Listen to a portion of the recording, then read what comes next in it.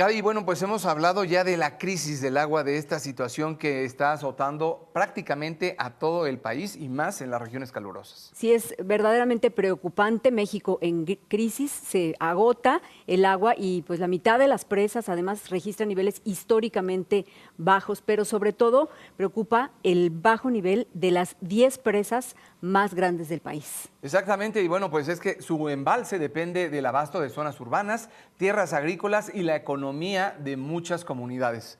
¿Te parece si vemos por qué? Vamos.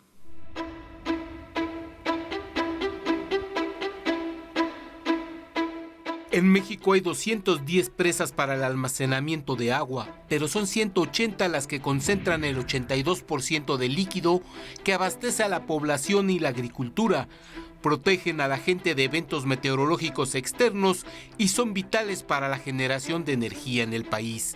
A media temporada de estiaje, al inicio de la segunda quincena de marzo de este 2024, el promedio de llenado de esas presas descendió a solo 48%, según estimaciones de la Comisión Nacional del Agua. De ese universo, son 10 las presas más importantes por su capacidad de almacenamiento, ubicación y beneficio para la población. Solo 3 de estas megapresas están en condiciones de garantizar el abasto de agua a sus usuarios. Miguel Alemán o Temazcal, entre Oaxaca y Veracruz, llena al 65% de su capacidad. Infiernillo en Michoacán con 63% y Aguamilpa Solidaridad con su embalse lleno al 62%. 3 más vislumbran severas restricciones en el abasto. Malpaso en Chiapas llena al 50% de su capacidad. La Angostura, también en Chiapas, llena al 47% y Lago de Chapala en Jalisco, que se reporta casi al 44% de su capacidad. En los otros grandes embalses del país ya no hay opciones de manejo. Es el caso de la presa internacional La Amistad, compartida por Coahuila y Texas, y que está llena al 10.5% de su capacidad. La presa Vicente Guerrero o las Adjuntas en Tamaulipas, que reporta un llenado de 9%. La presa Falcón, compartida por Tamaulipas y Texas, llena al 37.8%, y la presa Humaya de Badiraguato, Sinaloa, que reporta un llenado de apenas 11.7% de su capacidad. Por otra parte, hay 3 sistemas de presas que acaparan la atención de las autoridades por su importancia para abastecer los centros de población y producción industrial más grandes del país. Juntos concentran a 36 millones de habitantes, casi la tercera parte del total de la población de México y 29% de la producción industrial. El área metropolitana de Guadalajara depende en gran medida del lago de Chapala, actualmente al 44% de su capacidad, y del sistema La Zurda Calderón, actualmente al 28%, por lo que ahora depende básicamente del agua de pozos. El área metropolitana de Monterrey, que depende básicamente de 3 presas. La Boca, actualmente al 32% de su capacidad. El Cuchillo, que está al 39% y bajando rápidamente. Y Cerro Prieto, que reporta un llenado crítico de apenas 9%. Asimismo, el sistema Cutzamala, un entramado de 7 presas y tuberías que lo convierten en uno de los más grandes del mundo y que abastece las zonas más pobladas de la Ciudad de México y el Estado de México, así como algunos municipios de Hidalgo y Tlaxcala, y que actualmente se reporta al 36.9%, el nivel más bajo de su historia. El motivo es claro: las presas más grandes del sistema están en franca crisis. Tuxpan y El Bosque en Michoacán reportan menos de 56.8% de su capacidad de llenado. Valle de Bravo 28.6% y Villa Victoria apenas 29%.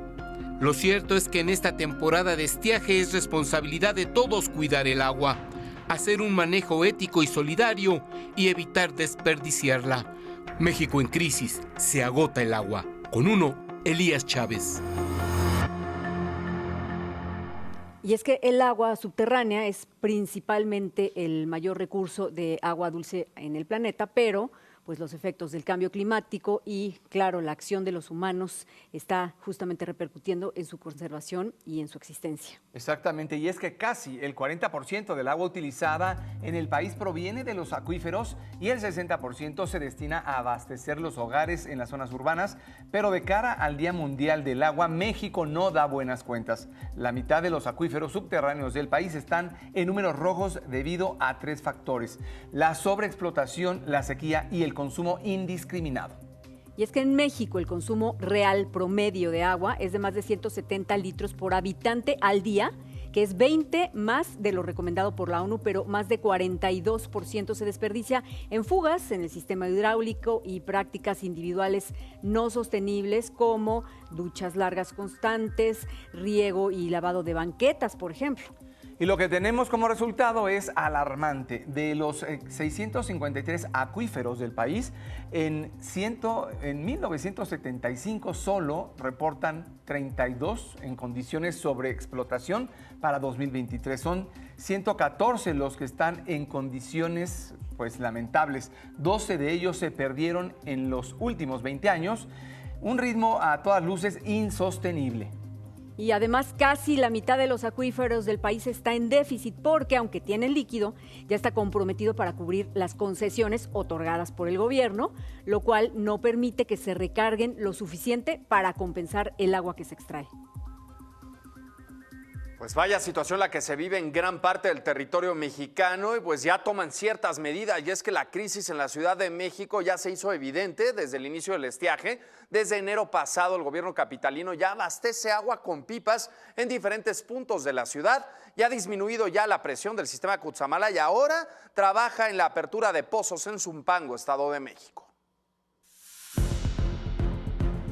Desde el aire, pozos y tuberías lucen nuevos.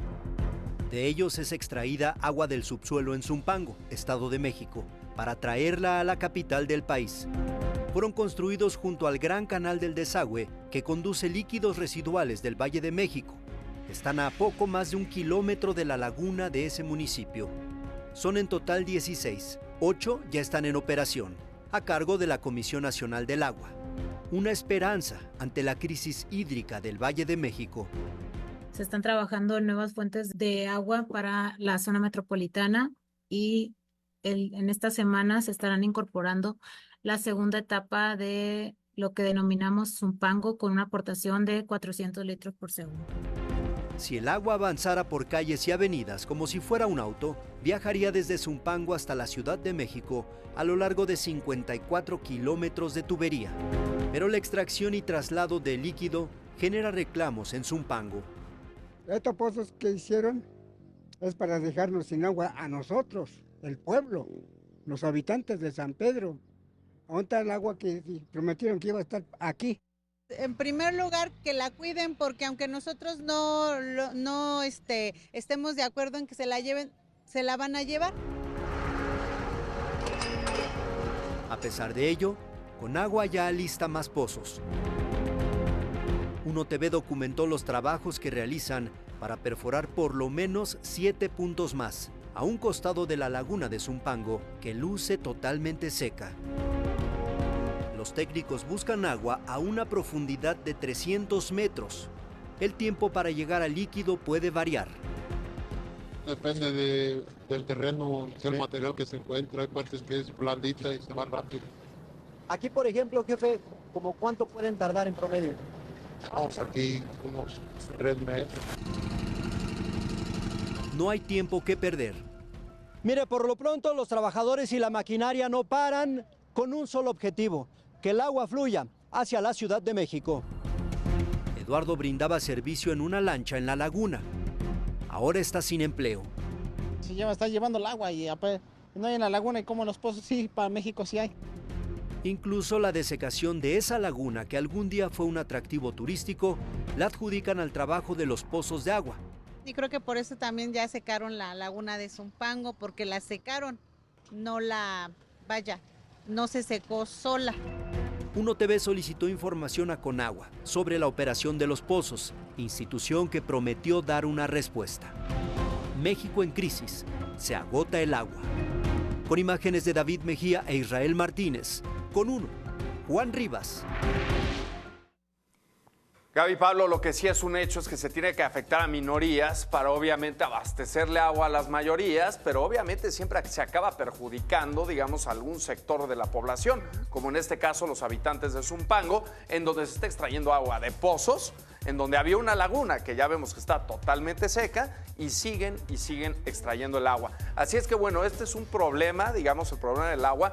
Es un problema que llegó ya para quedarse y para que todos generemos conciencia de que año tras año seguiremos siendo más habitantes, habrá menos agua para todos y bueno, pues a cuidarla, ¿no? Responsabilidad de todos. Lo que decía uno de los testimonios es por qué se llevan el agua a la Ciudad de México cuando finalmente todos la necesitan. Y veía yo, por ejemplo, además del sistema Cutzamala, el agua que abastece la Ciudad de México viene del río Magdalena, el río Consulado que está intubado, está, por ejemplo, el río San Buenaventura, el Zorrillo, Huaixtla y el de San Desierto, así se llaman estos ríos, que no conocemos del todo porque están alrededor, pero de por sí ya se toma el agua para la ciudad. Así es que, pues sí, hay razón en esa molestia de que se tome el agua y que esta ciudad esté creciendo de manera desmedida. Exacto, y soluciones, que es de lo que pues se debería estar hablando, soluciones de largo plazo, porque desafortunadamente hay algunas propuestas, se resuelven problemas bomberazos, por así decirlo, pero exactamente, pero pues finalmente tienen que hacer una política de modernización para este sector en el que sea no solamente un sexenio, porque finalmente pues esto ya lleva muchos años en los que se ponen curitas y pues este es el resultado. Punto número uno, sistemas de captación y de filtración, ¿no? Del agua que llueve, de toda la lluvia que cae, digamos. En la Ciudad de México llueve muchísimo al año. Toda esa agua acaba en el drenaje profundo. Si esta agua se captara y se filtrara nuevamente a los mantos acuíferos, pues bueno, estaríamos hablando de un problema un poco menor, ¿no? En este sentido. Pero bueno, pues acciones. Y ahora sí, las autoridades deben tomar acciones inmediatas y, como bien dices, Gaby, viendo a futuro, no viendo a corto plazo ni a mediano plazo. Con especialistas en el tema y con propuestas. Frenar el crecimiento de la mancha urbana, el exceso de construcciones. La tala de bosques también. Ya no hay bosques que capten lluvia y también, entonces eso también es toda una cadena, vaya. Exactamente, pues toda una política de modernización, como decía, y pues ojalá podamos hacer algo al respecto.